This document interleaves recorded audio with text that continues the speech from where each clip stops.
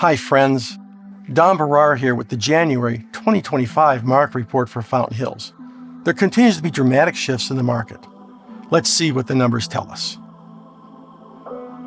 Before we look at December and January's results, I want to review what happened last year with price per square foot. What I did was download from the MLS the price per square foot for every single-family detached home, a total of 387 properties, and charted them in Excel. Then I drew a trend line and calculated its equation. The $0.672 per square foot per day represents the rate of increase of home prices, or about $24.50 per square foot over the year. But is it statistically real? I did a statistical analysis on that trend line and found it not to be statistically different from zero. So did prices really go up during the year? Well, maybe. But if prices did go up, they did not go up by very much, and it's difficult to distinguish from statistical noise. We'll talk more about why as we move through this report. For December, median selling price per square foot rose to $407. This is the highest result I have ever recorded. Yet, median selling price fell significantly to $843,000. If we look across the year, selling price was basically flat. That explains why we did not see much of a gain in price per square foot during 2024. The number of homes sold in December was 30 units. This is close to my beginning of the month prediction of 33 units. For the 2025 numbers sold chart, I've added predicted sales to keep better track of this indicator. I calculate predicted sales by adding the number of contracts that are pending, plus those that are under contract accepting backups. These are contracts that are most likely to close in the next 30 days. I do not include under contract contingent on buyer sale. These contracts are less likely to close in 30 days.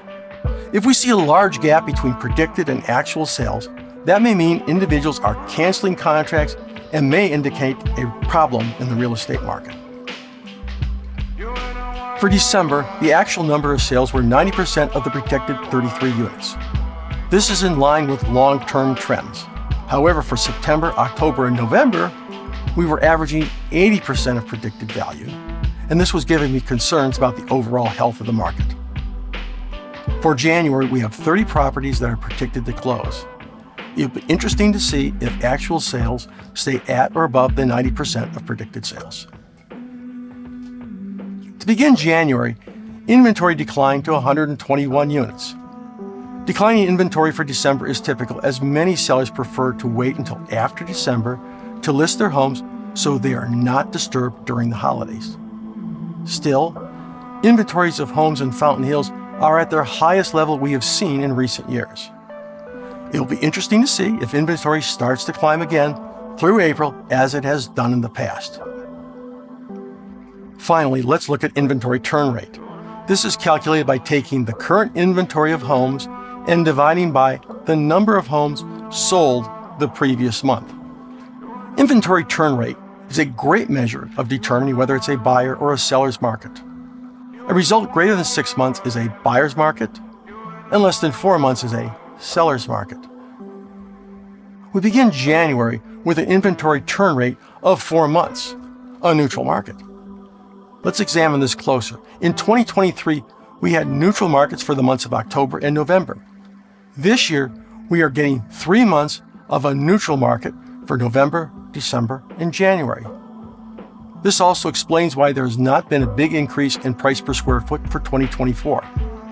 In general, 2023 was a much stronger seller's market, averaging about 2.8 months of inventory. For much of 2024, we had a weak seller's market, averaging 3.5 months. And now we have 3 months in a row of a neutral market. The question is the same that I posed last month. Are we going to get an influx of snowbird buyers and return to a seller's market to support the higher inventory levels and higher prices? Or are we going to continue with high inventory and relatively few buyers because of high prices and high interest rates? If the latter, home prices will most certainly fall. Results for January and February are going to be interesting and tell us a lot more about the future direction of the real estate market in Fountain Hills. Stay tuned. Hey, I'm Don. If you want to understand more about the real estate market in the Phoenix metropolitan area, reach out to me by email or give me a call, and maybe I can help you with a one-on-one. There is so much more for all of us to learn.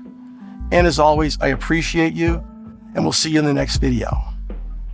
Wish you all a happy and prosperous 2025. Talk with you soon.